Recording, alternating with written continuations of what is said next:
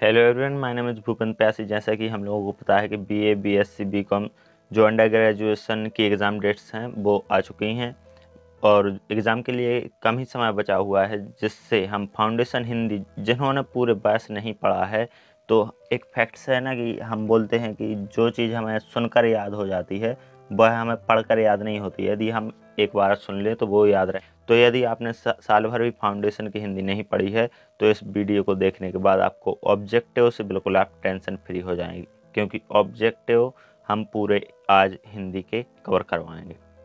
तो आपको इस वीडियो को पूरा देखना है और सुनना है। सूर्यकांत त्रिपाठी निराला जी की वह तोड़ती पत्थर कविता है, उसके हम ऑब्जेक्ट देख लेते हैं। तो पहला ऑब्जेक्ट है, कवि ने तोड़ती पत्थर स्त्री को किसके पथ पर देखा है? तो इलाहाबाद के पथ पर कवि ने देखा है। हम जल्दी जल्दी बढ़ेंगे क्योंकि ज़्यादा ऑब्जेक्टिव हैं, तो आपको सिर्फ सुनना है इनको और थोड़ी देखते भी जाना है। तोड़ती पत्थर कविता में किसका चित्रण किया गया है? तो स्त्री का चित्रण किया गया है। तोड़ती पत्थर कविता में स्त्री किस मौसम में कार्यरत है? तो गर्मी के मौसम में कार्यरत है। इसके बाद है, देखते देखा मुझे तो एक बार उस भवन की ओर देखा। इस पंक्ति के अंत में कौन सा शब्द है? तो छिन्न तार। इस पंक्ति के जो अंत में शब्द है वो है छिन्न तार। तोड़ती पत्थर कविता में स्त्री पत्थर किससे तोड़ रही है? तो हथौड़े से तोड़ रही है। इसका ये आंसर हो जाएगा। अगला जो राहुल सांकृत्यायन का निबंध है, दिमागी गुलामी, इसके हमें लेखक और कवि भी याद रखने हैं क्योंकि ये भी आ सकते हैं ऑब्जेक्टिव में। दिमागी गुलामी निबंध के लेखक हैं तो ये हैं राहुल सांकृत्यायन। राहुल सांकृत्यायन का जन्म कब हुआ? 9 अप्रैल 1893 को इनका जन्म हुआ। ये तो वैसे नहीं आएगा लेकिन याद रख लेना है, 1893।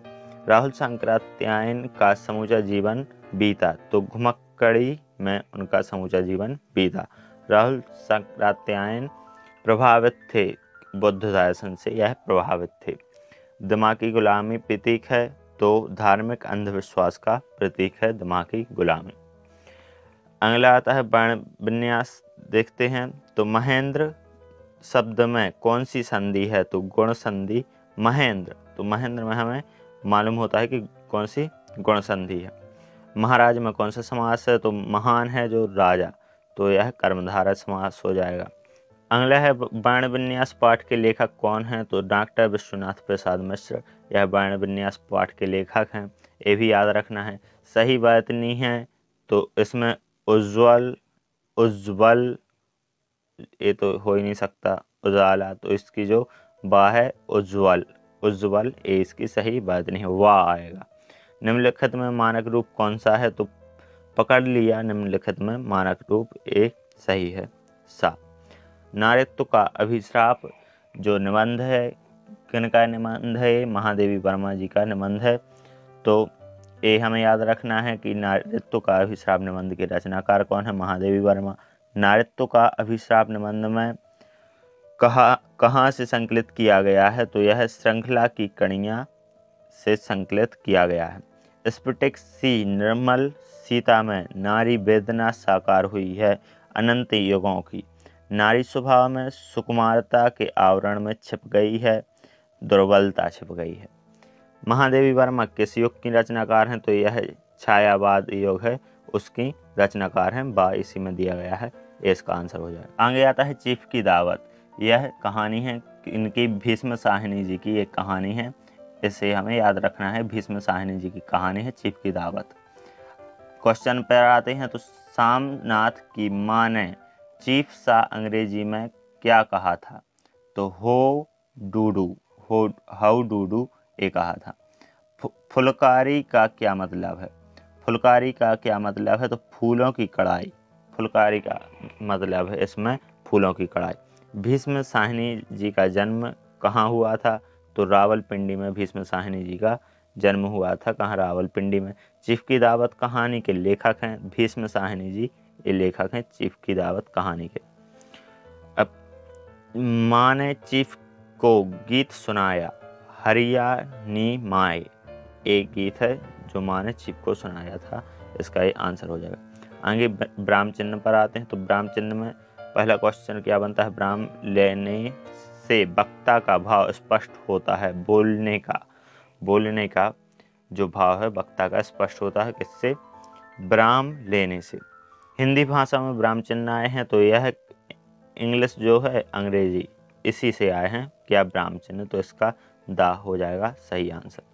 अल्प विराम का अर्थ होता है तो थोड़ी देर रुकना, यह अर्थ होता है किसका, अल्प विराम का, दा सही हो जाएगा। पूर्ण विराम बोध करवाता है, वाक्य की पूर्णता का बोध करवाता है क्या, पूर्ण विराम। कथन में जिज्ञासा या संभावना का बोध करवाने वाला चिन्ह कहलाता है विस्मयादि बोधक, विस्मय बोधक, विस्मय बोधक कहलाता है क्या, जिज्ञासा या संभावना का जहाँ बोध करवाया जाए। विवेकी राय जी का ललित निबंध है चली फागुनहट बोरयाम, का निबंध है विवेकी राय जी का ये निबंध है। इसमें क्वेश्चन बनते हैं बेकार, बेरोजगारी, भ्रष्टाचार और महंगाई से कौन नहीं डरी, तो फागुन की हवा नहीं डरी बेकार, बेरोजगारी, भ्रष्टाचार और महंगाई से बदलता है, तगड़े में बदलता है यह मौसम भीतर वाला है। इस कथन में लेखक ने किस मौसम के बदले की ओर संकेत किया है, तो यह है फागुन का मौसम है, इसके बदले की ओर संकेत किया है। अब लेखक के अनुसार किस ऋतु के बदलने से बाहर भीतर सब कुछ परिवर्तित होने लगता है, तो बसंत ऋतु के बदलने से बाहर भीतर परिवर्तित होने लगता है। बनिहार शब्द का क्या अर्थ है, तो फसल कटाई का, फसल के रूप में ही मजदूर लेने वाला मजदूर। भैरवी श्यामली अरहर से क्या मांगती है, तो फगुआ इसका आंसर हो जाएगा। अब आते हैं इंद्रधनुष का रहस्य, यह वैज्ञानिक लेख है डॉक्टर कपूरमल जैन जो है इनका है वैज्ञानिक लेख। जल बूंदों से अलग अलग रंगों के प्रकाश के पूर्ण आंतरिक परावर्तन के कारण बनता है, क्या बनता है, इंद्रधनुष बनता है। जो बीएससी वाले होंगे वो यह जानते होंगे। प्रिज्म से बाहर निकलकर आने वाले सूर्य के प्रकाश में कुल कितने रंग होते हैं, 7 रंग होते हैं। चमकदार सतह से टकराकर प्रकाश अपना मार्ग बदल लेता है, इसे वैज्ञानिक भाषा में कहते हैं क्या, परावर्तन। जो दर्पण होता है उसमें भी क्या प्रकाश जाता है और वह परावर्तित हो जाता है, यही प्रकाश का परावर्तन है। प्रिज्म से निकलने वाले रंग एक निश्चित क्रम में जमे हुए रहते हैं। 1669 में सबसे पहले इसे किस वैज्ञानिक ने देखा, न्यूटन ने देखा। सूर्य से पृथ्वी की दूरी है तो कितनी है, 15 करोड़ किलोमीटर। आगे आता है सपनों की उड़ान, प्रेरक निबंध है डॉक्टर एपीजे अब्दुल कलाम जी का। डॉक्टर अब्दुल कलाम की प्रारंभिक शिक्षा कहाँ हुई थी, रामेश्वरम में हुई थी। डॉक्टर अब्दुल कलाम ने किसके निर्देशन में सुपरसोनिक टारगेट एयरक्राफ्ट बनाने का कार्य प्रारंभ किया था, doctor R Varadarajan. Doctor Abdul Kalam Bharat Ratna की उपाधि से कब अलंकृत हुए, 1997 में। डॉक्टर अब्दुल कलाम भारत के राष्ट्रपति कब बने, 2002 में।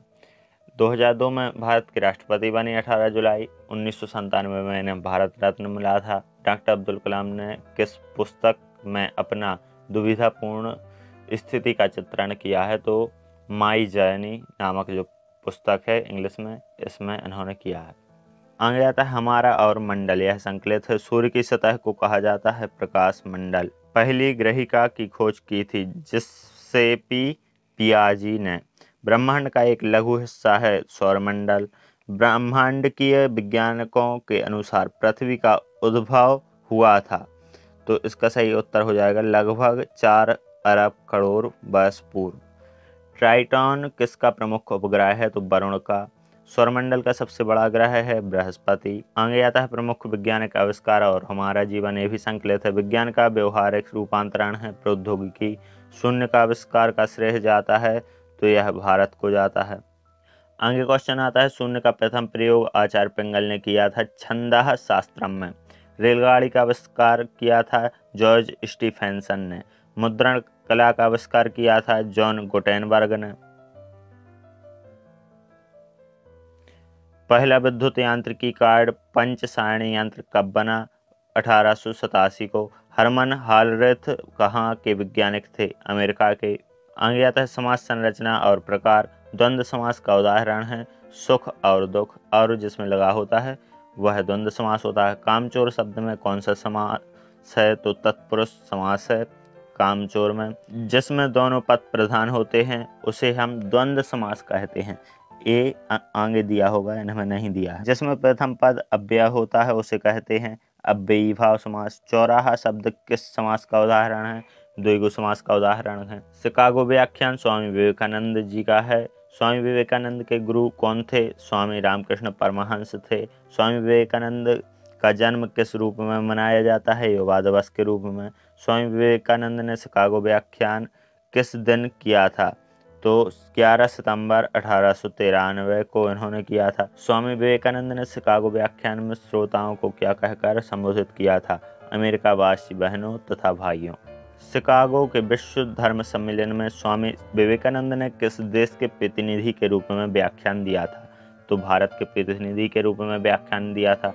आगे आता है धर्म और राष्ट्रवाद। यह क्या है? लेख है महर्षि अरविंद का। धर्म और राष्ट्रवाद आलेख में किसके विचार हैं? महर्षि अरविंद के। द सीक्रेट ऑफ द वेद पुस्तक के लेखक का नाम बताइए? महर्षि अरविंद। धर्म और राष्ट्रवाद आलेख किस पुस्तक का अंश है? तो भारत का पुनर्जन्म जो पुस्तक है उसका अंश है। हिंदू धर्म की सुरक्षा का भार किसे सौंपा गया? आर्य जाति को सौंपा गया। कौन सा धर्म सनातन धर्म कहलाता है? हिंदू धर्म है जो सनातन धर्म कहलाता है। सादगी आत्मकथा है किसकी? महात्मा गांधी की। सादगी पाठ लिखा गया सत्य के प्रयोग से। किस खूबी को महात्मा गांधी अपने मित्रों को नहीं समझा पाए? स्वावलंबन की। गोखले के सम्मान में भोज दिया था जोहान्सबर्ग ने। सादगी पाठ में घटित घटनाएं किस देश से संबंधित रखती हैं?